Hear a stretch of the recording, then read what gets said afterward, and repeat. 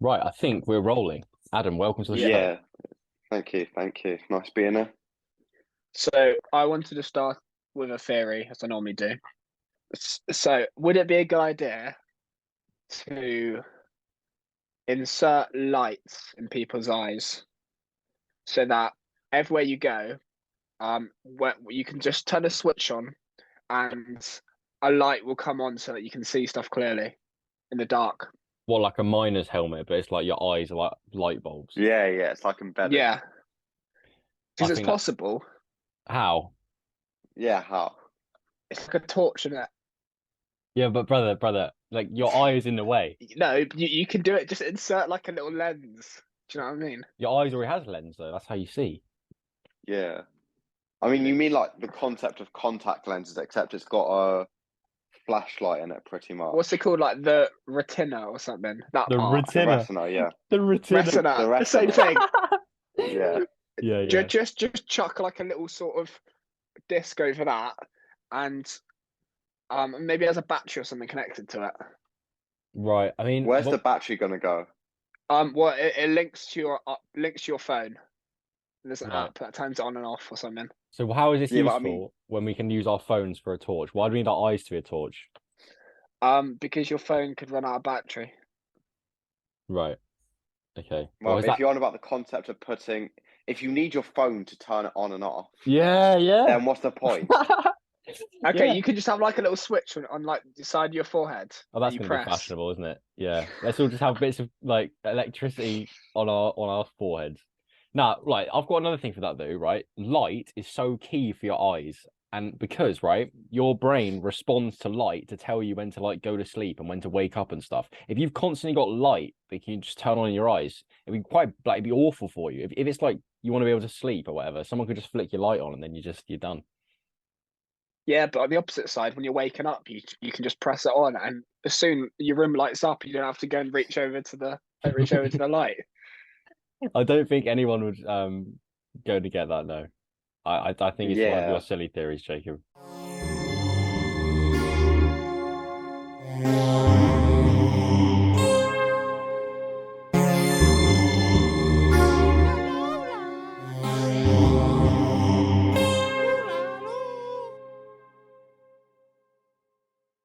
Do you think you're the main character of your life?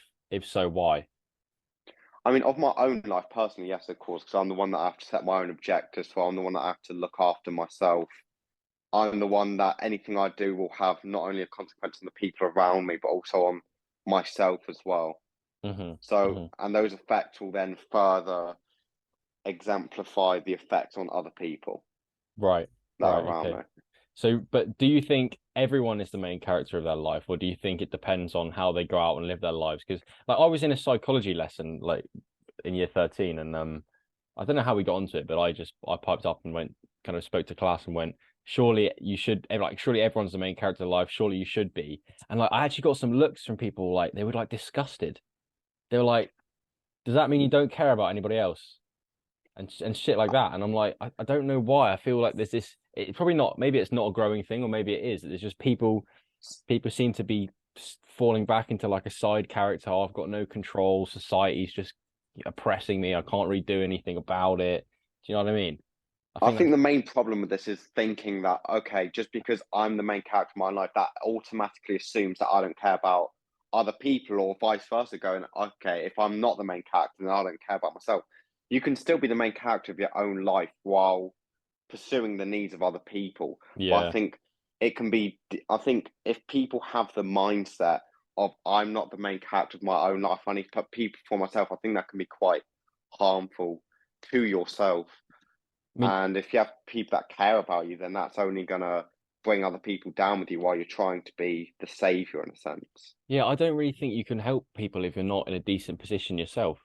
I To a mean, yeah, certain that's what to I think. Yeah. to a certain extent, you have to be selfish to some degree. Like me keeping my health in order means that I'm a nicer person to other people. Me making sure I'm getting enough sleep and I eat enough food and that I'm training and that means I'm less irritable and I want to be more kind to people, you know? It's just like a small example of like if I've had an awful night's sleep, then I'm gonna be a dickhead. And that's why I have to tell people now I need to go and do this for me. So I'll be better for you, you know?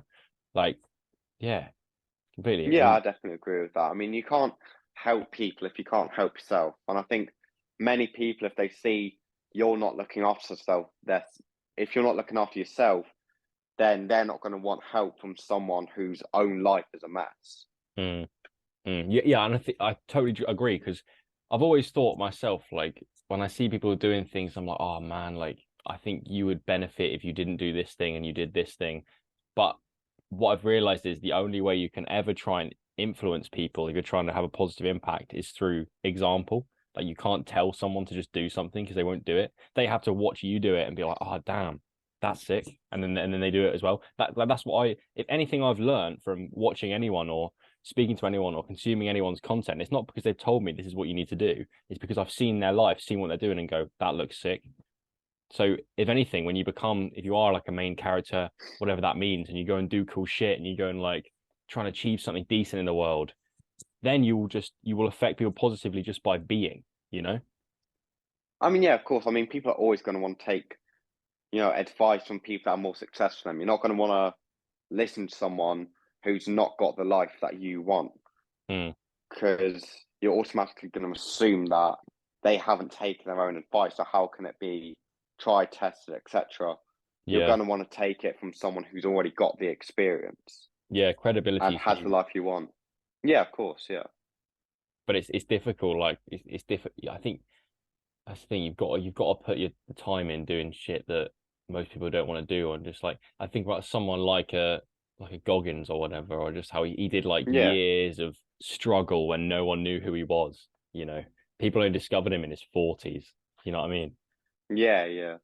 I mean, I think that's one of the things you've got to do in life is suffer because then that's the only way you're going to get the experience that you want. You're only going to get the experience you want if you suffer a great amount and you have to work for it. So do you think you can't get anything positive without suffering? Do you think it's necessary?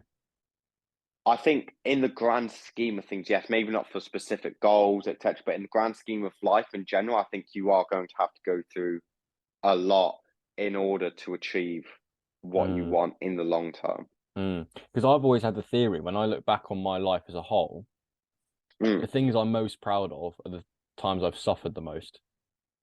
I mean, Like yeah, they're going to be, yeah. like suffering, I guess, is quite a subjective term, but like when I've the surgery that I had, getting through all that mental and physical discomfort, and then basketball wise, like having to play multiple games in a day at a big tournament when I've had like barely any sleep, like to call that suffering is like quite a I don't know broad term to use because it could mean some quite Mm. horrific things, but I guess discomfort might be a better word, you know. Yeah, I understand that. Yeah, I think it's one of them things a lot of people do have to go through because it's what, you know, it's the pressure that'll make you tougher and more, especially mentally. I think mental solidarity is the most important thing you can have because I Mm, think personally I've got a very strong mental that a lot of people don't have. And you see mm, people around you who don't have that, who are very soft mentally. I think it's very, you see them and they're just not accomplished people. They're not people you want to be. You don't look at someone with a soft mental mindset and go, they're a person that I admire. yeah. So why do they have that soft mindset?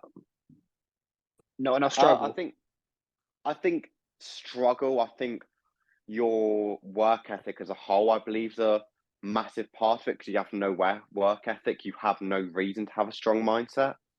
I think the way you're socialized, perhaps, I think if you socialize in a state and position where your parents are always going to provide for you and you have them to fall back on, they're going to look after you, tell you, no, it's okay. You don't have Mm. to do this. You don't deserve this. It's not about you, whatever. I think that also plays a crucial role in how soft someone's mental state is. Yeah, I think I agree with you. It's like your first principles that maybe you've learned from parents or guardians or your peers in that like you have to learn basic lessons of when I do something hard, a good thing happens. And not everyone has that. Not everyone has that mentality. Not everyone has that like if I can get through this difficult thing, then good things will happen. They kind of focus on Mm, how they feel in the moment. And for me, it probably came from like the basketball community and seeing people that push themselves and take thousands of shots in a training session. It's like that could be so monotonous and boring, but then you see them winning games and becoming better players. And it's like, as an 8-year-old kid, when I started playing the sport, that gave me that principle of like, yeah, doing hard things makes good things happen for the most part. Well, it's that delayed versus instant gratification, isn't it? I think as a kid, if your parents buy you everything you want, they don't tell you, oh, we can't do this, we can't do that. But if you get it instantly, you ask for something, your parents order it for you. You want this, your parents give it to you, whatever. I think that plays a massive role in your morals and principles as you grow up, because you're not gonna know that you have to work for what you want. Yeah. Yeah. I honestly think so if you get something instantly and easily without some kind of fight, it has no value. Like I think I spoke to you about this before, Jacob, in that if we woke up tomorrow morning and we had the life that we wanted, it wouldn't feel good. It wouldn't have the same value to us because we hadn't struggled for it. Do you know what I mean? On the opposite side, when you're a burden to everyone else, you also got to consider taxpayers' money as well. So you're literally affecting everyone else. What do you mean in that? Like, That's selfish. Well, for an example, if you're fat and you're happy being fat, you're going to get ill, you're going to go to the NHS, and then we've got to pay more taxpayers' money to support the NHS. but is it someone's fault if they're fat? Yeah, it is. Why? Because they might have had a bad selection in the gene pool. But no one's happy being fat. They'd rather be skinny. So I think they need to win the battle for themselves and lose the weight. Right. I I do. know that's bold. That's bold to say for someone that's got good genes and stuff, but everyone has their bad set of cards, so they have to do the best of. I think I agree with you for the most part, but then there's also like my theory that if I was that person with their brain and their circumstances, I'd be the same. Like I wonder what it's like an addiction. I don't know. I mean, I think obviously there's certain things that can, influence it, like your testosterone. If you don't have high test, then you're not gonna lose fat, as you're not gonna burn through fat quickly, so you're gonna be fat. But I think you can always work harder. But how do we get people to realize that? If they've got side character mindset, what do you do? Well, I think side character mindset plays as less of a role as society in the grand scheme of things, because I think nowadays you're having people, these body positivity people, who are coming in being like, oh, it's okay, your body's beautiful, this, that, and the other. I think that's playing a vital role nowadays, to the point where people are accepted of it. They feel like they don't have to do anything about it because their body's beautiful. It's not them that's the problem. It's the people judging them. They're the ones that have the issue. And I think that plays a big role nowadays in people going, oh, I don't need to lose this. This is good for me or whatever. Yeah, I mean, it to some extent, it's like they've tried to flatten the curve or like flatten the difference between kind of winning and losing. I know it's not like kind of as obvious as like a game when it's like your body composition, but like it's okay to not do that great in this part of life. Like you're fine as you are. You're absolutely fine as you are. But that's something that I've heard Peterson talk about a lot, where he goes like, to tell someone they're absolutely fine as they are when they're not happy with their situation is like the worst thing you can tell them. Like, yeah, maybe you're right, Jacob, when you say that no one's happy if they're overweight or anything. I mean, you don't know. Some people probably just don't care and don't think about it. But those people who maybe don't like their lives and don't like who they are, and then society's like, no, you're absolutely fine as you are. You don't have to change anything. That's like, then they're stuck. They're like, okay, well, what do I do now? I hate what's happening now, but I don't have to change it. So what do I do?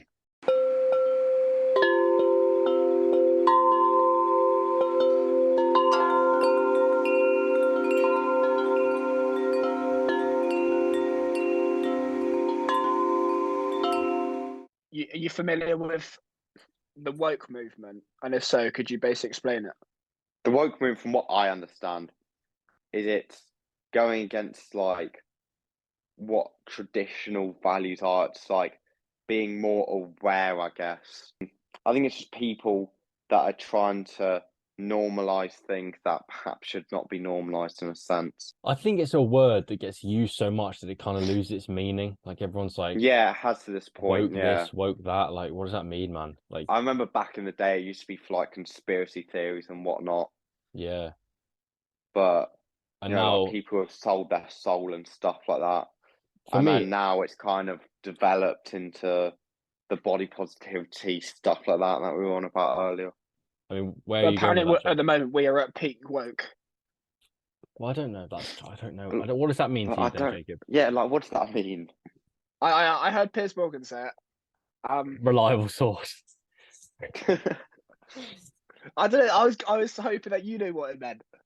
Well, I think what he means by that, I think to me, I think what Piers Morgan means there is like the very extreme left wing views and all this, like, the transgender things, the identity politics, that kind of Yeah, stuff. I think that's what he means. And I think what he means when he says we're peak woke is that it's not going to go any further than this because people will start to think it's getting extreme and then it will kind of teeter off. I think that's what he means.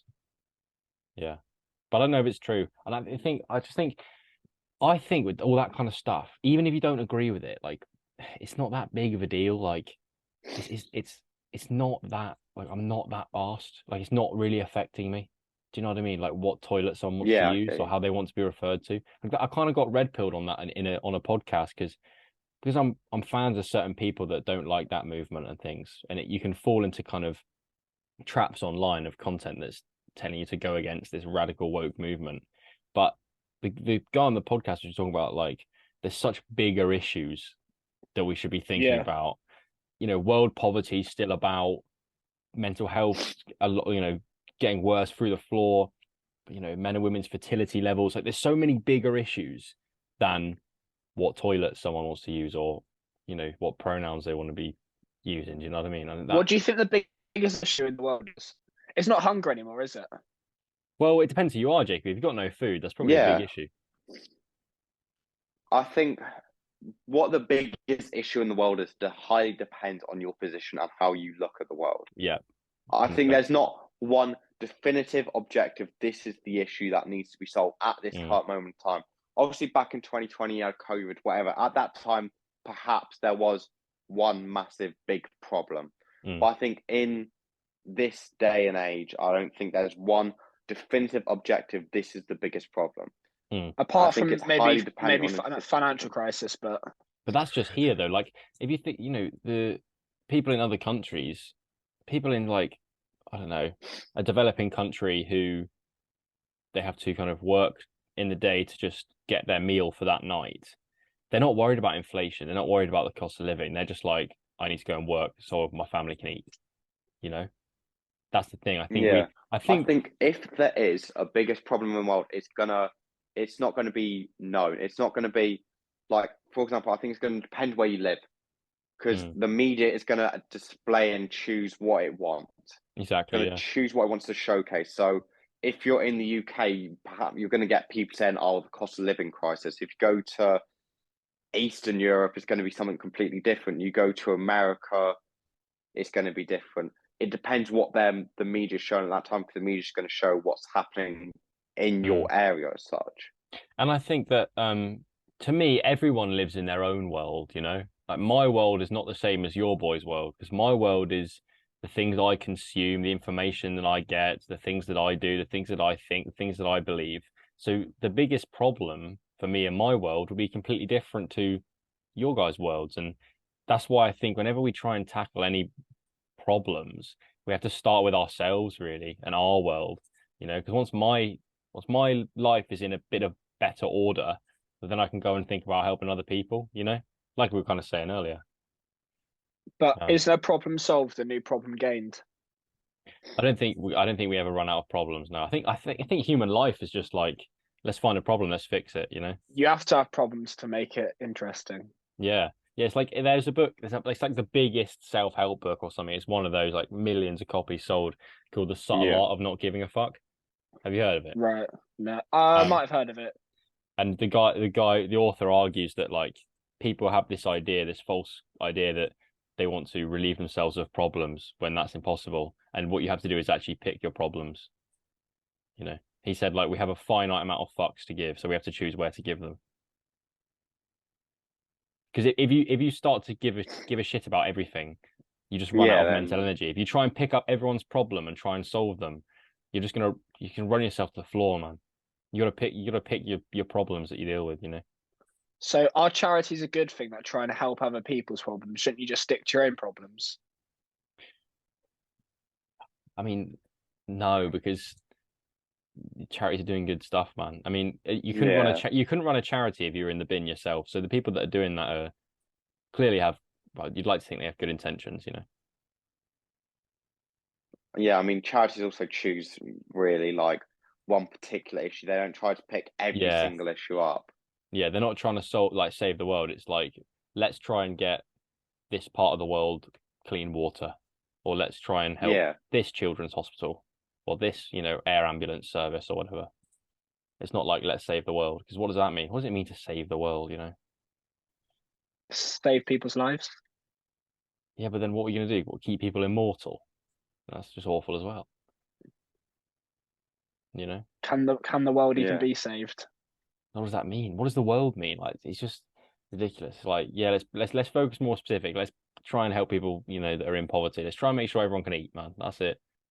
Yeah, I mean, the world's never going to be a perfect safe haven for everyone. There's always going to be parts of the world that are doing better than others, parts of the world that are suffering more than the others. It's always going to be an ongoing thing. No matter how much you solve it, there's still going to be that drive for it to be better. Because we're wired to solve problems, If we woke up in a world there was no problems, we just get depressed, I think. You know what I mean? Yeah, we're individuals that care. We're a group of people that care about other people's problems. Can't think of the word of it, but we care about others. Empathy. Compassion, empathy, yeah, that's the one. But isn't it the more higher up the ladder you get, the more problems you have? No. Well, it depends. No. But they say more money, more problems. They say, well, they say that, but I disagree. If you have more money and more problems, you're an idiot. Like, money should solve problems. Yeah. If money is giving you more problems, stop. Like, I heard this. No, it's just true. Like, what are you doing it for then? Like, I heard this. There's a guy who wrote a book called Die with Zero. I haven't read the book, but I heard him on a podcast, and he talked about a really sick analogy. Right?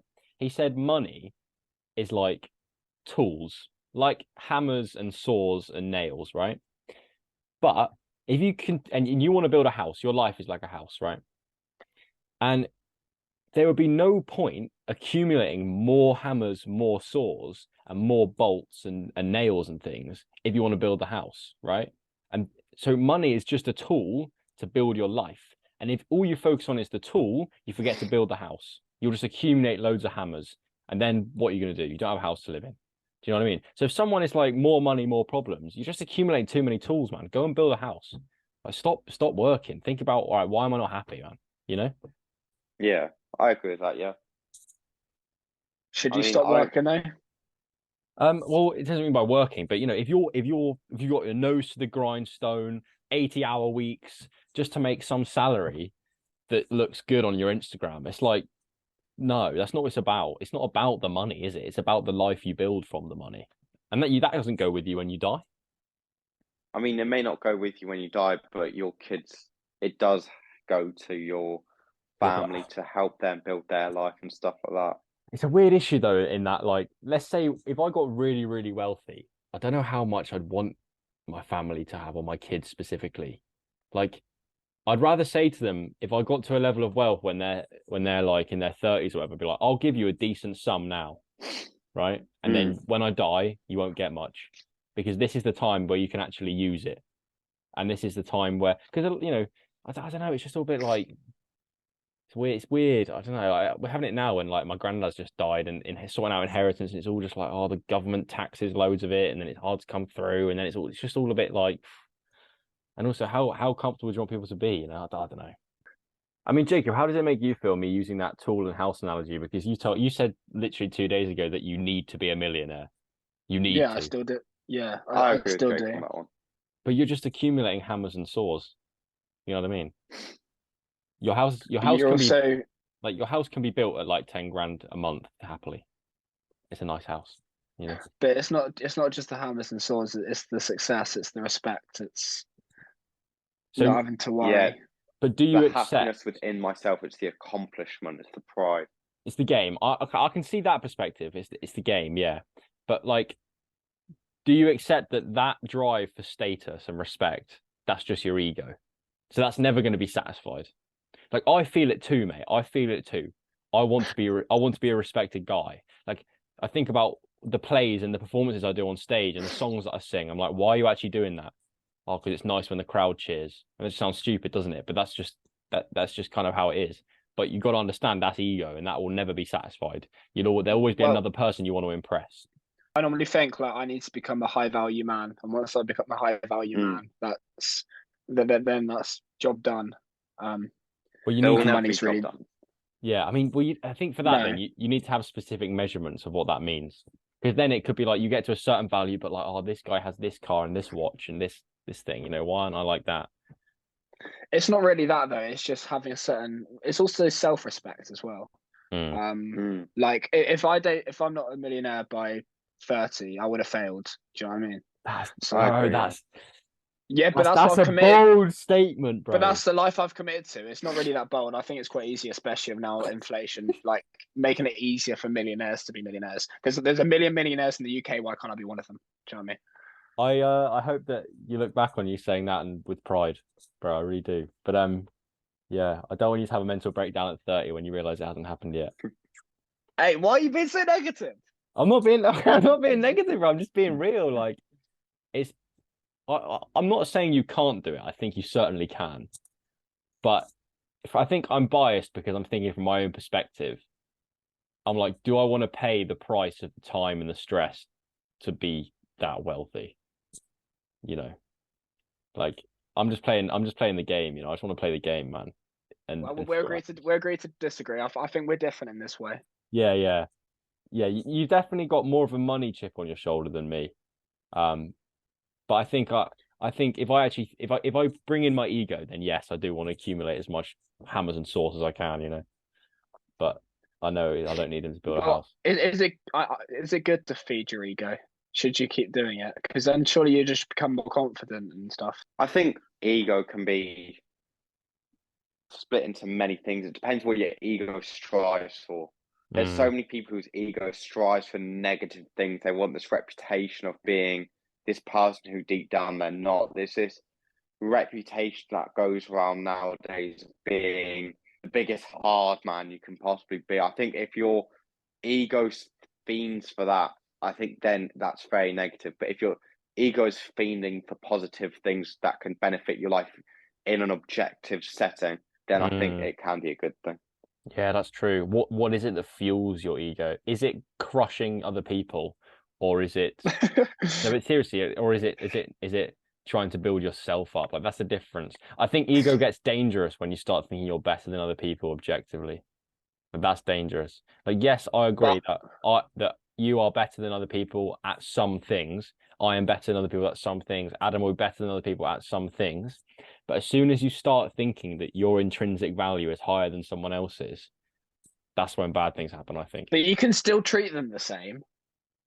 Yeah, but in your head, if you're thinking, I am so much better than you, then that's. But because I've struggled and they haven't, they're comfortable. Do you know what I mean? I think that can be a good thing as long as you don't propose it onto other people. Until you start going up to people going, I am better than you, and treating other people with less respect than they deserve because you have it in your mind that you're better. I think if you're doing that, then it can be harmful. However, I think if you still treat everyone with the same respect and you're still a good person morally and you present yourself in a positive manner, I think that can be a good thing. I mean, there's I'd certain agree with times, there's certain times where also that ego mentality is kind of necessary, like competition or like striving for something. Like, I think you have this, Jacob, and I have it to a certain degree. When you're thinking about whether you want to work on this thing or do this thing, you're thinking like, are any other people doing this? No, then I need to do it. Like you feel like you're in this imaginary competition with everyone else, and they don't know what's going on. But that's what I call the game, really, and that's I can see how ego is useful in that. But I know I need to watch myself, because times in my life where I've not been nice to people is always when my ego takes control, and like something in me goes, you are less valuable than me. Something unconsciously thinks that, and then I'm not a nice guy, and I need to watch myself and be like, no, Joel, everyone is just different. We all have the same value at the end of the day, because we're all just skin and bone. We just do different things. Do you know what I mean? So to summarize, it's good to have a big ego as long as you keep it to yourself. No, well, it depends, man, because I don't think it's morally okay, or I don't think it's morally great to be like thinking in your head, this person, I have more worth than this person, just in like the way you'll treat them, because it's worth in the thing. You can think in your head, Jacob, I am more ambitious, I am more hardworking than this person. That's great, but I am better than this person. That's when we get into ropey territory. That's what I mean about keeping it to yourself, though. No, because in your head, are you thinking I'm more valuable than this person, or are you thinking I just work harder than this person? Because that's fact, that's true. But who knows what value is, bro? Who knows? Like, is it money? Is it hard work? Or is it just like, are you happy? Are you nice to people? That's your own definition, and that's what your ego's told you to value. Yeah, I think it's a mix of content of your character and accomplishment, probably. Yeah.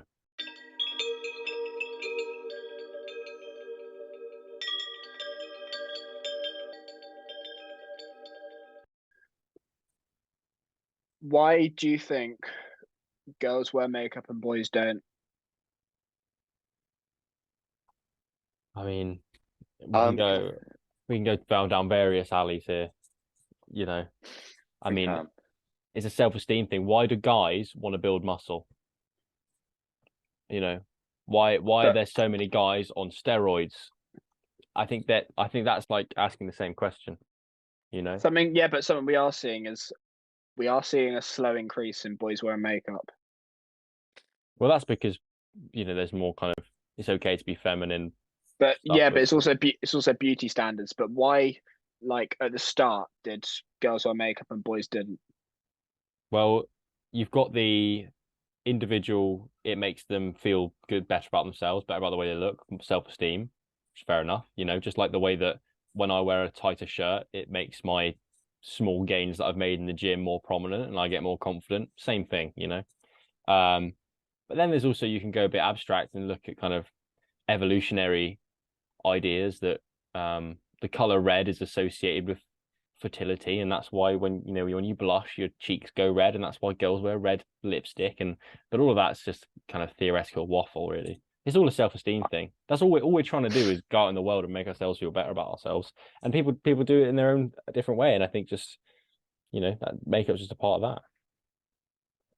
I mean, if I had to place some type of money on some idea, I would probably assume that when makeup was first like a product, they had to advertise it to someone, so they assumed women care more about their looks in general and have less confidence. So it was advertised and marketed towards women, and then as we've grown up, we've only ever seen women wearing makeup, and then it's just kind of been an ongoing cycle, is what I'd assume.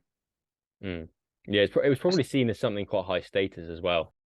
Like the peasant back in the day, when we had really strong differences in classes and stuff. There's no way the peasants would have access to things like makeup. It'd only be like No, the monarchy and the aristocrats and whatnot. yeah, the bourgeoisie and whatnot, but it's probably just like a marketing thing, perhaps. It was just Yeah. targeted towards women. What do you think, Jake? Well, Elizabeth the First, I want to say, was like the one of the first that wore makeup. She And wore then you've some also weird got shit though. She like rubbed yeah, charcoal on her Mm. teeth and weird stuff, man. but Yeah. then there's also people like Marilyn Monroe, um, who made it quite popular. So I reckon what it is a lot of girls seeing those role models looking different, and then it's sort of like a domino effect of it, just more and more and more and more, and then along with beauty standards increasing and people becoming more So, but then self conscious. why are those role models, as you put it, women. Ah, The thing is, as well, like this might be a bit of a weird take, but I just think makeup doesn't make it look that much better. Like, and once you go to past a certain point, it makes it worse, in my opinion. yeah, it's a flex not to wear makeup. I Yeah. mean, yeah, it's a flex look. I mean, but there are women who know they're naturally pretty and stuff like that, but they still choose to wear makeup. I know, um, like my girlfriend, for example, she always tells me that she enjoys having like the hour or two of getting ready to go out. I've Mm, heard girls that say they actually enjoy preparing to go out more than they actually enjoy going out, it's their which to ritual. us, yeah, it seems stupid because I can get dressed like 2 minutes before I have to leave the house, Yeah. but to them they enjoy the whole process of having. Mm. I don't know, perhaps it gives them something to do or something like that. I think it's all a But confidence building thing, isn't it? I But mean, yeah, I guess. I just compare it to I think the male parallel is like the idea that you have to, have a certain physique type of thing in those kind of circles. That's our equivalent. So, Jacob, if you think about it like that and then just switch it around, that's probably the same thing, you know. But girls also sort of need a physique. But I know what you mean. Also, I heard Chris Williams say that there was a study that the that happiest parts of a night out was getting ready. Yeah, yeah, like the anticipation of it. I mean, we live our lives in anticipation, really, don't we? I mean, a lot of the times, think the actual thing is not as good or as bad as we thought it was going to be. That's always how it goes, you know. Then how do we eliminate that? We I understand mean, it as part of human nature, and we let ourselves enjoy the anticipation, but when the disappointment of the reality hits us, we go, well, that's fine. That's just how it was going to be, you know. Can't you go in with no anticipation though? You can try. You probably I train mean, yourself, but I don't think you can avoid certain laws of human nature, and one of them is we are anticipatory beings. We we hope for things. We have hope. Like if you try to get rid of hope in your life just so you never be disappointed, that's just a poor way to approach things, I think. It's the price that you pay is that things are disappointing, you know? yeah, Yeah, I hope think, actually keeps us going. Yeah, 100%, man. Even if it's a yeah, lie.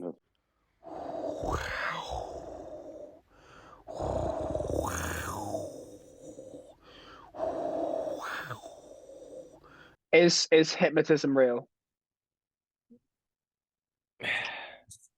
Yes, it is. So I'm gonna have to say no. what's going on there? Well, Adam, you go first. I mean, I personally believe that if you really believe in something, you really want to be hypnotized, then I think it's the act of your subconscious doing it. You want it to be, oh, I've actually been hypnotized, whatever.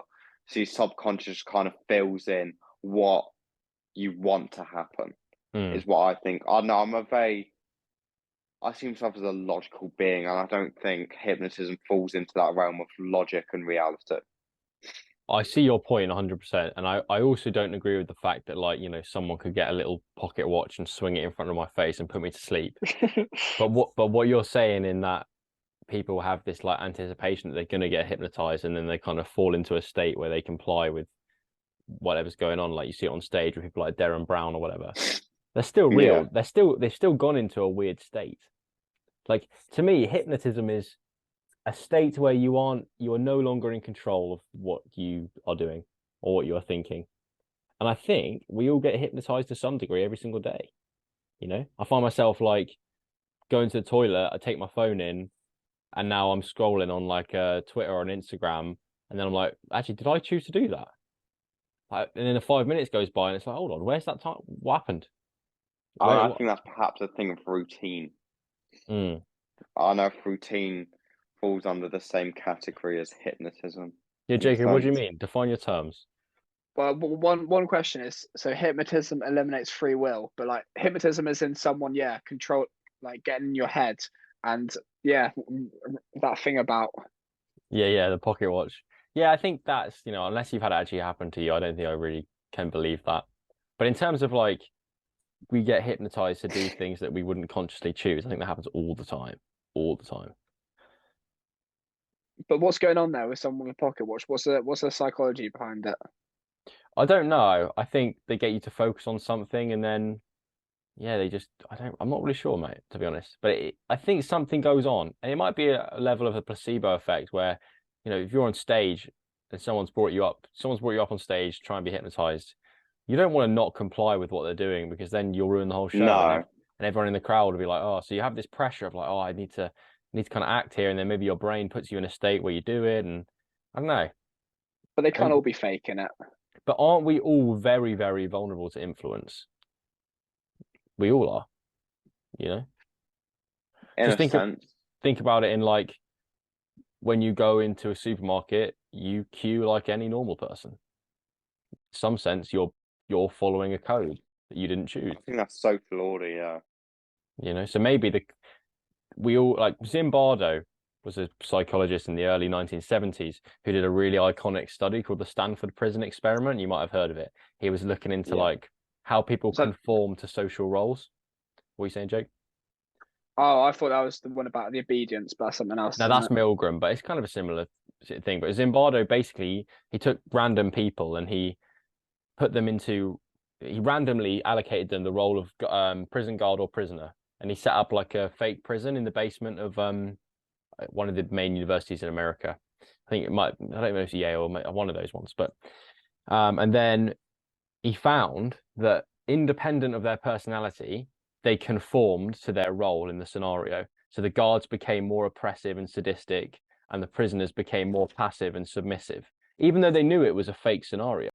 Like they knew they weren't actually in prison, but they still conformed to the role they had been allocated. So I think maybe hypnotism might be you have to play this role. So something unconsciously in you goes, oh, maybe then your brain goes, okay, well, we need to fall asleep now or follow what this guy says. Just in the same way that when you go into a shop, you queue up normally, or we have social roles of like, I don't know, when you're at a dinner table with someone, you don't eat with your hands, do you? You know, Hmm. Wait, that Milgram's one, that's mad though. so the shock study, yeah, where he, Adam, do you know Yeah. that one? Yeah, I've heard of both these. I've studied both these in sociology A level.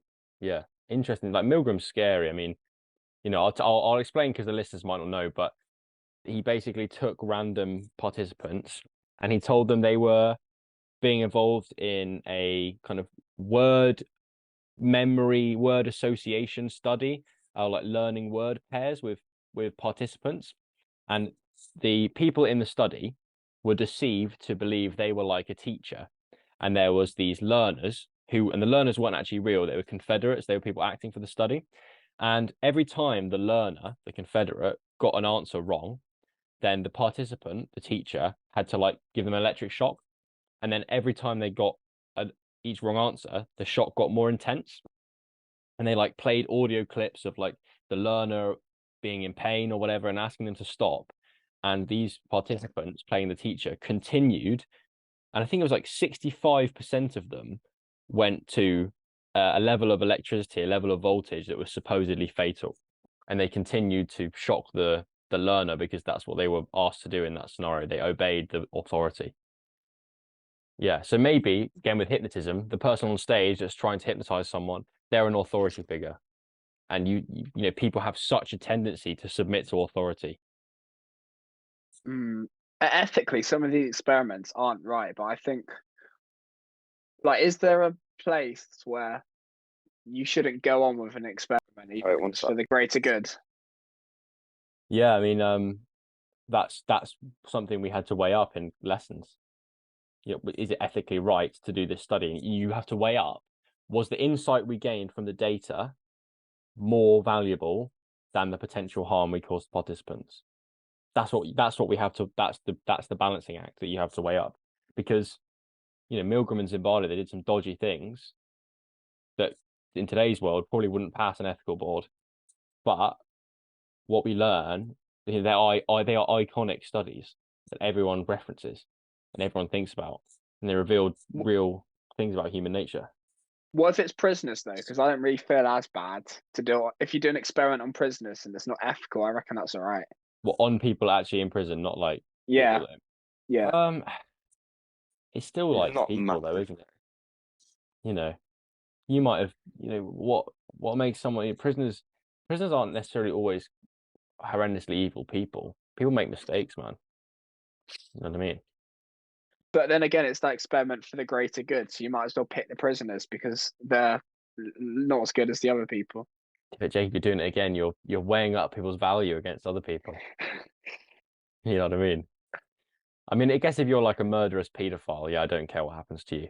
But if you're just there because you've Yeah. possessed some cocaine or something and you've been given 2 year Yeah. sentence, then I don't think you deserve to It's be kind done. of biased as well, though, isn't it? They studies because if they're a prisoner, they might be a bit dodgy in the head.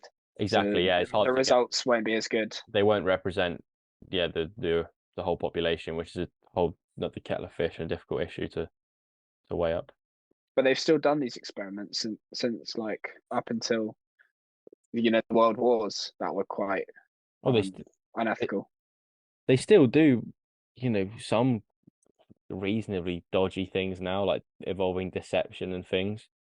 But you kind of that's why all experiments have to pass like an ethical board where they check like, are you actually going to harm someone?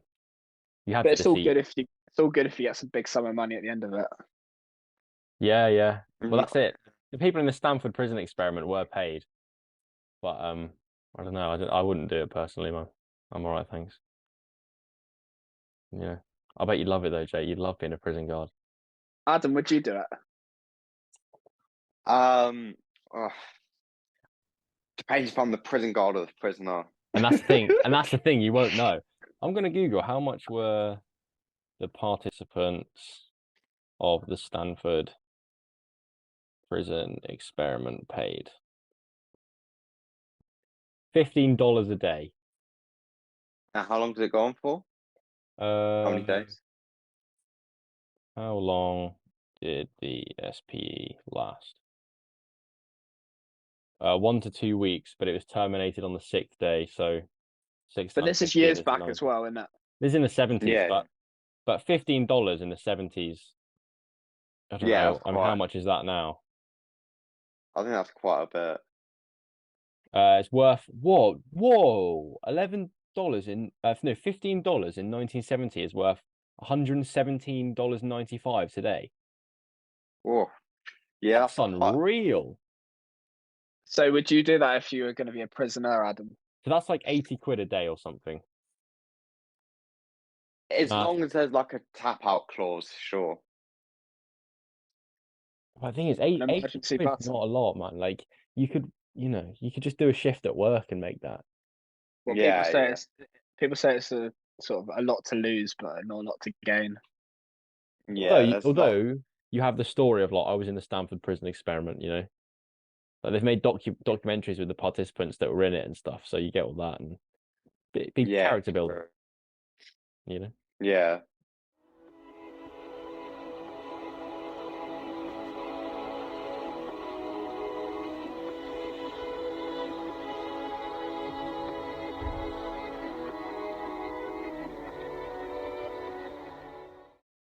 Jacob, I have a question for you, right? Yeah. So, in your other podcast, do you believe that drugs should be legal? Yeah. That's outrageous. Ooh, why? I think that is a stupid take because, right, you think it is a brilliant idea to have these people who can sell you drugs from like your local corner shop, whatever. Like you get an Elf bar, and you think that it's good to have all these people walking around in public off these illicit substances. Well, it's going to happen anyway, isn't it? And it's better to do it in a corner shop than your local Not drug dealer. in what sense? Because it's going to be widely more accessible. Yeah, but it's already pretty accessible. Do you know what I mean? I Like think if I could probably get my So, hands on whatever. so can I. But your issue. So you have this problem of drugs are readily available. So your plan to rid society of this is to make drugs even more available. No, well, I guess they'd be more available technically, but you cut the black market in half, and all those drug dealers, so violent crime goes down. You can also regulate, and you can charge tax on the drugs, and you can monitor who's buying. You could even maybe place a law like, I don't know, you've got to be this age or whatever. Although that's sort of a bit different. But then you have these people who have never taken cocaine before. You're saying it can be a fine product or whatever. So you have these people on a finer product who have never taken it before running around the street. Do you not think that can increase crime more? Well, no, because the money that you'll save by cutting the black market in half and through tax revenue, you can put into education. But But do also, you not think these I think, people are going to commit crime? well, the thing is, it depends on the drug. I mean, like, Coke is a whole different beast, but like, if anyone could go in and buy some psilocybin or LSD or whatever, most of the time it just chills you out, man. You know, I don't think that. I also don't think even if you could go and buy, like, the matter of fact is, us. I don't know the real details, but if we wanted to, we could go and buy a pack of cigarettes and smoke them all. We're all of the age. We're all able to do it, but why don't we? Because we know it's not good. So the people that are going to do them are going to do them, right? If I wanted to, I could drink myself to death. I could buy some absinthe and just drink myself to death, but I don't, you know? Yeah. So there would be a level of like the people, if you really wanted to be a cokehead now, you could be, you know? Yeah, but I think there's kids nowadays who want to take these drugs but don't because they may not have like a source for it or whatever. Mm.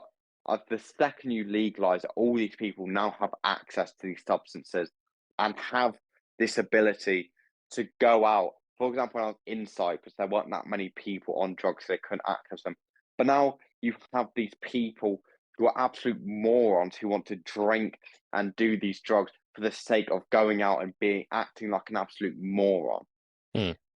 So when you turn around and go, yeah, go on, you can take these substances, whatever substance you like, then these people are just going to have more ability to go out and act like a moron and commit stupid crimes and do stupid things. Well, that's what. Yeah, but then it's the individual's fault, and you should just do it for education. Make sure they're not a moron. Make sure they don't But, exploit it. but not everyone wants to pursue education. But also But like it's not like we have a scarcity of morons on drugs. Like we have it already. You know what I mean? Like, I know you're saying it'd be easier to get their hands on, totally, but maybe that might deter them a bit, you know? If they can just go into Tesco and buy some Coke, it's not cool anymore. You know what I mean? yeah, I agree with that. I mean, I don't know if I, people do it for the sake of it being cool. I think they do it more for the sake that they enjoy the high. Yeah, fully, yeah. but I think people aren't stupid, and part of the value is the scarcity, and it's always bad because you're a bad boy because this is illegal and stuff. Breaking the law, yeah. So that makes it cool. Yeah, but I don't think that's the main thing. I think once you see, an influx of people talking about how amazing this thing is, then that kind of makes people want to do it. True, but it's also less harmful because people are dying left, right, and centre. But if you can I regulate think, it, then you can make sure they're actually pure. but I think it removes the guilt of it as well. For example, these people that want to get off drugs, you have the thing, oh, I've just called up my dealer again, I've done this, I've done, I've met up with him, I've got on the drugs, whatever. But when it's as easy as going into your local Morrison's or Derby or whatever and buying it, there's no longer that thing of, oh, I need to stop doing this. It's just a thing of, oh, it's like another activity. That's part of the reason nicotine is so difficult to quit. Well, for some people, nicotine's very hard to quit because it's so available. You can just go down to your shop and buy it. But there's still like look at alcohol, innit? Like alcoholics still get guilt. I think the guilt's still there, whether it's legal or illegal. Yeah, but not to the same extent as, calling up your dealer, meeting up with them. 'Cause it's a longer process. I mean, You failed on every step of the process. I think alcohol's also more dangerous or more harmful, it's probably a better word, than most drugs anyway, I think he's up there. Top 3, top 5 maybe. It makes a lot of people violent, Yeah, I mean, yeah, there is that point to it, but I don't think in order to combat that, drugs should be made legal. I still disagree. But that was good though. That was, it's interesting hearing our perspective on it. I'm trying to think to myself though, if I could just pop down to the shop and buy any drug, would I? I don't know if I would, but then I'm obviously, not everyone's like all of us, There will always be. I understand. I understand. Like individuals, especially at the start, would go crazy. Mm. But the government would benefit from it, and I think in the long run, people would benefit. Like, there's also they've done it they've decriminalized, I think, in Portugal, and they're doing really well. Like, there's less crime rates, I think. I haven't got the statistics on it, but they've made it work in Portugal.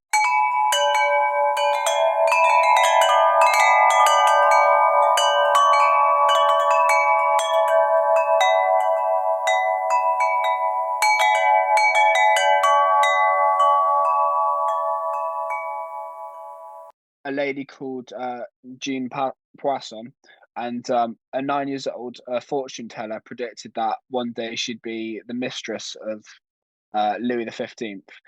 Do you think there is such thing as seeing into someone's future? Are fortune tellers real? No. But you don't know. It's one of those things, man. When people go like, "Oh, I've got insight, I've got a sixth sense," like, yeah, obviously you're going to say no because you don't feel it yourself, but how do you know? You don't know. I think intuition's a thing, but yeah, no, I don't know I don't know if all this like, I'll predict your future thing. I don't know. It's a bit dodgy. I know. I've actually my dad and grandmother highly believe in fortune tellers and all these people. I think it's nonsense. And I actually saw there's some guy in my area of Spain who does it. And when I saw him, all he told me was like, "Ah, do you know someone in your life that begins with letter K?" And I was like, "Nah, no idea, mate." And he just kind of ran alphabet until he got someone, and I don't know. To Yeah. me, it was a bunch of things that just doesn't make sense. It just seems like a bunch of nonsense to me. As I said, I believe in logic and what I know of possibility, and to me, it just doesn't seem like a massive likelihood. I mean, there will definitely be people like charlatans and just trying to make money out of people and things like that, 100%. But I wouldn't put it completely out of the question that maybe there are people who have a level of insight into things that we don't know about, or just level of intuition. Like, what is intuition? What is gut feeling? How do you know? Where does that come from? Do you know what I mean? To me, it just doesn't seem, logical. Mm. I think it just seems like a thing to get money out of people. I agree that it probably is widely a thing to get money out of people, and there's some people that are like, maybe they're not established fortune tellers yet. They haven't quite got there. It could be a sixth sense though. I think people could see, like, it could be something spiritual maybe, and then could sort of take like something they see spiritual and um look forward and see, have an ability to see what that is. Do you know what I mean? Mm.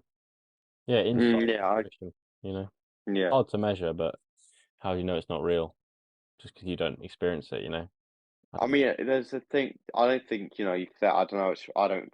I know it's not real. I know it's real. I just don't personally believe it, but I base things off my personal experience and what I believe, my knowledge, and fortune telling just doesn't fall within that. That's because your experience is like a bad one with someone down the road. But I think in Someone down the road. some like tribal cultures, do you know what I mean? There's that old woman with all her like berries and like her water and stuff, and that's like A shaman. that's proper. Yeah, there's got Mm. to be something there. I Yeah. mean, there might be, there might not be. As I said, no knowledge of this individual, so I can't say whether she's a liar, a truth teller. I have no Drink idea. from the holy water. Maybe we should get her on, some tribal like shaman woman. Get on the pod.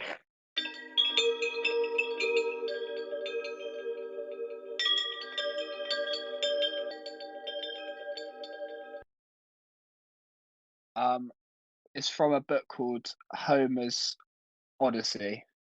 Yeah. Heard of it, Joel? Yeah, I haven't read it, but it's classic. So, just as the ancient sailors had to row and steer, a man must work to follow a straight path. In life. Odysseus must sail by the rocks where the sirens sing and beckon sailors to their destruction. Sailors would leap into the water and drown.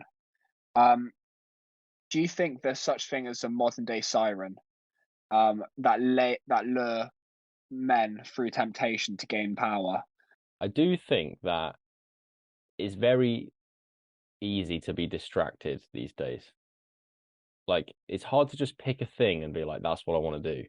We all have things that we value, like we talked about a moment ago. But in terms of actually trying to do that thing that we value is hard. There's so many things trying to grab your attention, trying to grab your time, trying to grab your energy. And really, where you put your attention, that is one of the hardest kind of decisions to persist with. And it's your greatest asset, it's your greatest wealth, really, is where you put your attention. And it reminds me of what you're saying there, Jacob, in terms of the modern day siren. Reminds me of Alex Hormozy's idea Women in the red dress. that we bring up all the time. That in life there's loads of women in the red dress. I mean, Adam, have you seen The Matrix?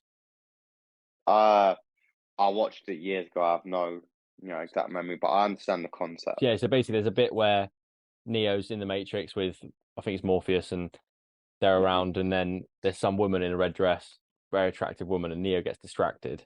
And then Morpheus goes, "Did you see that woman in the red dress?" And Neo goes, "Yeah." And then he looks back at her, and then she's turned into an agent with a gun. And what Hormozy says is that, like, in life, what he calls the woman in the red dress is all the things that try and distract you from the path that you're going down. You have this goal, you want to do this thing, it's really important to you, but there's this thing that comes along, and he argues that the further along the path you go, the more attractive the woman in the red dress becomes. So, like, an example is me and Jacob are very driven for our goals and things, but we're about to go to university, and there's a lot of women in the red dress around there, literally and figuratively. Do you know what I mean? And how do you handle these distractions when you know there's one thing you want to pursue? Does that make sense? Does that relate to what you said, Jacob? Yeah. So there are modern day sirens. Yeah, but they're just in the form of, like, watch my YouTube video, look at my Instagram reel, look at my new car, look at all of it. It's all, everything's trying to steal your attention. The news, this podcast, this YouTuber, this influencer. Do you know what I mean? This, and also all the options that you can take in life. Maybe you want to do this one thing, but you're getting distracted by this family member that wants to see you, or your friends inviting you to a social occasion you don't really want to go to, or this other activity, this hobby you've done since you were a kid that you don't really like anymore, but everyone expects you to do it. It's everywhere. And you have to kind of sift through the noise and find, what do I actually want to pay attention to? And that's a really difficult. That's the problem of modern man. It's like, I think I discussed it last episode.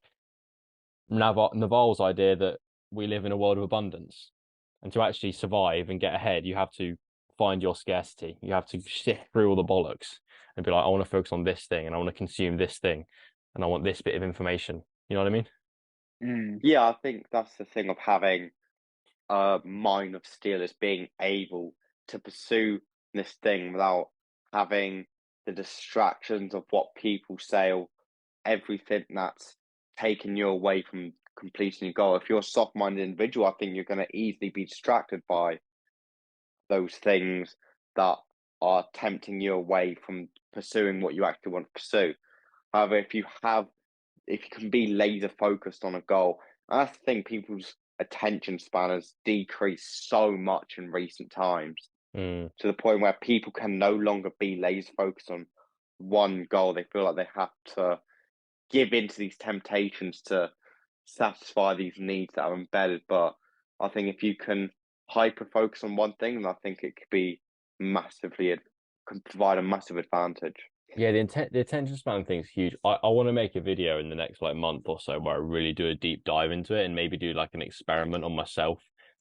Because even though I consider myself a guy who can sit down and do work, I still find myself getting distracted when I don't want to, and it's like the end of the day and I'm tired and my mind switches onto YouTube unintentionally, and it's like even for me where I think I'm decent at it, I still get distracted by the woman in the red dress, you know? And So if you've got a bad attention span, can you bring it back up? yeah, because Yeah. it's all just what your brain's used to.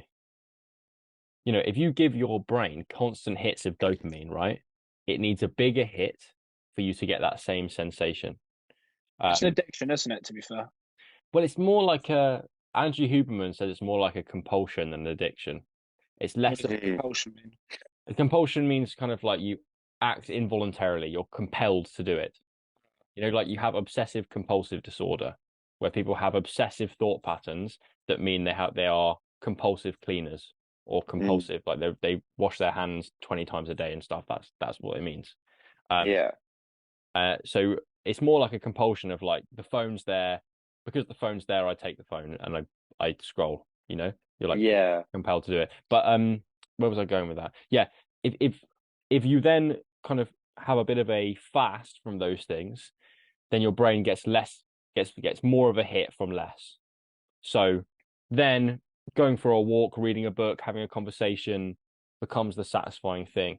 I watched a video actually by a guy called Ryan Doris. He's got like a new YouTube channel and he's part of this organization that looks at flow state and how people can go into flow state. And he said the reason that people struggle to like sit down and do work or whatever it is, go to the gym, paint a painting, whatever, is because their phone or their source of instant gratification, instant dopamine, is more fun than the thing they're doing. So like his argument is if you want to do your work and get into flow and enjoy your work, then you should make your breaks from work less fun. You should just stare at a wall. Do you know what I mean? And then your brain actually looks for, but doing the thing that I didn't want to do before, well, now actually gives me more stimulation than looking at my wall. So I'm going to do that thing. And the problem I think I fall into is even if I go on my phone for like 10 minutes, my brain remembers how much more satisfying that was than the sitting down script in a YouTube video. And therefore it wants that thing. And then doing this thing is just there's less motivation there to do it. Does that make sense? Kind of crazy. People wash their hands 20 times a day. Well, if I, Yeah. that's how I mean we actually looked at obsessive compulsive disorder in quite a lot of detail in A level, and it's like the obsessions, that's what's called OCD is like the main abbreviation that people know, but the obsessions are like constant thought patterns that may or may not be irrational but cause the person a lot of distress and anxiety, and they feel that they can only relieve themselves of that anxiety by doing their compulsions, by doing their repetitive behaviors that other people think are weird. So the person who washes their hands 20 times a day has this irrational obsession with germs are everywhere. I'm going to get ill. Do you know what I mean? That kind of thing. There are diseases all around me. And then to relieve that anxiety, they have to wash their hands. They have to clean the homes. They have to do all these things. And it's interesting. Everyone has a bit of OCD though, isn't it? Yeah. My mum's always said I have it to a degree when she finds it crazy that I like rigid routine and stuff. I think she's right. I think during lockdown, I developed a lot of obsessional anxiety about the fact I wasn't in control of my life anymore. Everything changed. Basketball stopped. School stopped. There was this whole thing of like you can't really leave your home, and I like control. So in response to that anxiety, I then was really structured with my day and really rigorous with times and rigorous with meals and rigorous with work. And I've kind of let that go to a certain degree because life's a bit more normal now. But that was my response. Everyone in life, they have their anxieties and they have the way they deal with it. But then in the extremes, you've got things like OCD. Adam, do you have OCD? I don't believe I do. I don't really believe in compulsions or addiction or stuff like that. So Don't believe in addictions. I had this conversation the other day, and I got called a moron because said I don't believe in addiction. You don't. Whoa, whoa, whoa, whoa, whoa, I whoa. had this, Right, I believe we need people to have it. deconstruct this. Come on. I believe people have it. I believe it's a thing people can have. But for me personally, I think I have this immunity, and I had this conversation because I recently quit vape and stuff like that, and I didn't bother me in the slightest. And they said, "Oh, how come it doesn't bother you?" I said, "Because I don't believe in addiction." They said, "That's stupid." I said, "Okay, it may be stupid, however, if I don't believe in addiction, I can't be. I believe I can't be addicted to something that I don't." And I said, "Oh, but that's stupid." I said, "Okay, well, you can continue, you know, being addicted to this, that, and the other. I'm going to continue not. So if not believing in addiction makes me stupid, then I'd rather be stupid than be easily addicted So what you're and saying is having an addictive personality." you don't disagree that it exists and people become addicted to things, but you believe that yourself are immune to it and you don't let it take over you. Addiction is a Yes, mindset. yes, it is because although you know I use nicotine a lot, I refused to let a substance that isn't sentient, it doesn't have a mind, it can't. I refuse to let it control me. So if all your nicotine's taken away, how do you feel? I haven't vaped in like a week, and it's never bothered me once. And Adam, didn't you do it for quite a while as well? I did it for a year. That Quit. that's pretty impressive. I quit while I was in Napa, and I haven't thought about it since up until now. Up until now, because we're talking about it, and I've literally thought about it, but I haven't wanted to do it. Mm. I reckon it's argument has weight to it, you know. Well, it's one of them things. If you put two people in a haunted house, the person who believes in ghosts is going to hear a bang in the middle of the night and refuse to sleep because they're scared of that. You put another person who doesn't believe in ghosts in a haunted house, they're going to hear a bang, go, "Oh, it must be the wind," fall straight back to sleep and live a normal life. Mm. So Okay. whether or not it actually exists is irrelevant because it's the person's mindset and whether or not they choose to let it affect them. I kind of like what you're saying there. You're kind of deploying a level of agency of like, I'm not gonna let this thing kind of what's the word? Have control over my mind and my behavior. 100%. Okay. I can agree with that, yeah. But I also think people who get stuck in a bad addiction, it's not just a matter of they let it get to them. Do you know what I mean? I mean, maybe to a certain degree, that, but there's so many circumstantial factors where it's hard to know where free will comes into it. But I kind of like, Yeah. I think your haunted house analogy is well used there. It's effective. Like I get what you mean. If you're expecting, if you take a drug for the first time and in your head you're like, this is addictive, I'm going to get addicted to this, you probably will. Whereas Yeah, I think if there's you're such thing as addictive personalities as well. There are people who yeah, naturally get addicted, they naturally get into a habit. yeah, yeah, their brains are kind of wired for they're hungry Yeah. for that hit of dopamine. Yeah, it's interesting to what that would be kind of genetically or whatever, but I don't know. I mean, I don't So know. I know my dad and my brother have very addictive personalities, so perhaps for me it's different, but I don't know. I don't know Mm, what genetics plays in it. yeah, that interesting. doesn't addictions like eliminate free will though? Depends what do we mean by free will, man? I don't know. That's a whole different kettle of fish. Some drugs do anyway, don't they? You're addicted to the drugs. Yeah, I guess. Yeah. Alcohol to a certain degree will eliminate your free will. But the fact that I'm not sure whether free will is an illusion or not makes it hard for me to answer a question of whether I think a drug addict has free will or not, because I don't know if it exists, then surely they still have it. If it doesn't exist, then they don't. Yeah. I think I believe in soft determinism, which is where there are a whole load of things in your life that you can't control, but then within those limits, you can decide how you act. So like the But football games analogy. yeah, so you have a certain level of there's certain rules in football, 11 players a team, you try and put the ball in the net, you can't kick anyone. Do you know what I mean? But within those Mm. rules, you can decide if you want to do a step over or a round the world or a rainbow flick. Do you know what I mean? So it's the same in life. You can't really decide a lot of the time what you think about or what feelings compel you to do certain things, but you can, to a certain degree, notice the thought is there and be like, I'm not going to follow through with that.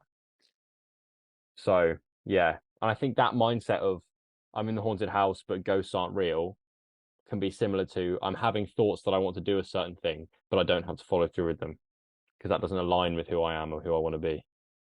Yeah. I lose. I lose. I lose. So AI world is busy as always. Yeah. This time we got a couple going away for a romantic trip. Right. And it's not going too well, their relationship. The girl caught, the fella caught the girl sort of flirting with like a bartender on a cruise ship. Were they a robot? No. Okay. And the couple sort of go around Europe. They're going around sort of Spain, France, going to Italy. And they go sort of detour to Venice, and they see this they get like on a gondola, and rowing it is a robot, and the gondola the bot's quite basic, but for some reason the water's a bit iffy, and ends up capsizing, and the girl doesn't the girl can't swim very well, so the bot basically ends up operating as a lifeguard and saves the girl from drowning. How's the robot not And dying in the water though? this Yeah. one's this waterproof. Right. Okay. Of course it is. Convenient. Yeah. Well, it's you know if it's a gondola robot, they will be manufactured to be waterproof. But ergonomically, how is a robot swimming? Like, is it doing front crawl? Is it like, surely it just becomes dead weight? Like, how is it moving and how is it staying afloat? I think it just sort of follows its instincts. It doesn't have instincts. It's a robot, Jake. No, because it teaches itself how to swim. What? It teaches itself. Yeah, because it's AI, isn't it? What? So it just falls in the water and suddenly it's googling how to swim in like split second. Well, no, that's literally possible. It's AI. It's literally So- possible. They learn so quickly. But anyway, I'm finished. So There's what's more. it? So what? This is a buoyant robot. Yeah, how is it Sure. not sinking, bro? Yeah. Um, What's its buoyancy like? Well, Yeah. it treads water, isn't it? Nice. Hard. So anyway, the girl's saved, and but the girl can't believe it.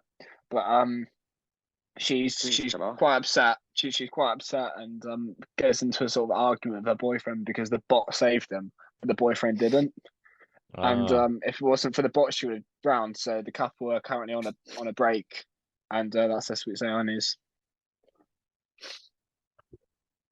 I mean, why? Like, I don't believe that they'd actually have robot gondola rowers. Yeah, I don't think this happens. It's possible. I'm sure it's possible, but surely we'd put them in more crucial places than, you know what? We Yeah. need loads of robots to row gondolas around on.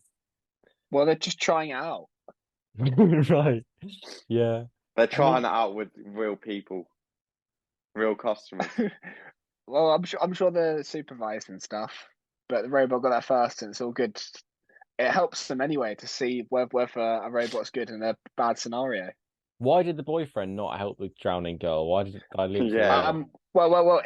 He saw the robot going for it, so he was like, "Oh, it'd be fine." But the girl wanted him to go in for it. But he sort of put all his trust in the robot, and that's where the conflict came about and the argument happened. Is the robot wearing clothes? Is it like wearing like a beret or is it just like steel? No. Like, looking... It No. looks a bit like a droid. But bro, surely that would not fit in with like the Venice aesthetic. Yeah. No, because it's like curvy. Do you know what I mean? What? No, I mean like clothes wise, just like I don't know, just some nice nice clothing. No, trust. It fits the aesthetics. Oh, you know this for a fact, yeah. Yeah, trust. Yeah. Okay, yeah. Okay. No, I want my gondola to be rowed by a nice Italian man, and then Yeah. you can chat with him and that. I don't want a robot to do it. Do you know what I mean? It wouldn't feel right. Yeah. Personal preference, I guess. Well, you'd rather have a robot drive you like, your little boat around. Well, it's, it's new, isn't it? You- It's a talking point. Yeah, but it breaks the thing of tradition. Yeah, you can't have a nice conversation with a robot. You can. No, but it just doesn't sound. It's It's like not the talking. It's like same. talking to Siri. Well, there's plenty of chatbots that do it quite well. Yeah, but you don't sit there and like have a conversation with ChatGPT Yeah, but and feel like I've never fulfilled. I've never seen AI bot that I'll go, you know what, I'd rather speak to this than an actual person.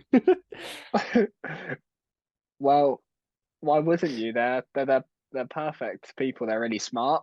They're perfect. Yeah, but they They're lack not- personality. They have no emotion, Jacob. They have Yeah, no. but they build Yeah. on your personality. They're quite kind as well. They're nice. Yeah, but you Are don't. they kind? Because all they're wired to do is be kind. They haven't voluntarily chose to be kind. So is that kindness? What is that? Yeah, but we're wired to be kind. No, we're not. No, no, we're not. We don't always have kind thoughts, do we? We're taught to be kind. Exactly. But And that's not the robots same. taught to be kind. No, but the robot can't like the robot The doesn't. robot can't not be nice. It doesn't have the choice. If it's wired to be nice, it won't have the choice if I can be not nice. We are taught to be nice, but if we really wanted to, we could go out and punch someone random in the street. We don't. They really wanted to. They could rebel. The robots. Yeah. I don't No, think they're they. programmed. Yeah, they don't have a level of free will, bro. They can't like take over their programming yet. Mm. Scary times, man. Gondola robots taking over the world. I mean, Anyway, I enjoyed that. That was a good conversation. Yeah. Thank you for coming on, Adam. Yeah, thanks for having me. Jacob, Thank if you for people your have time. questions, where can they go? they should go to questions at openmindedpodcast.co.uk. You're learning. You got it. You didn't even have to think about that one. Cool.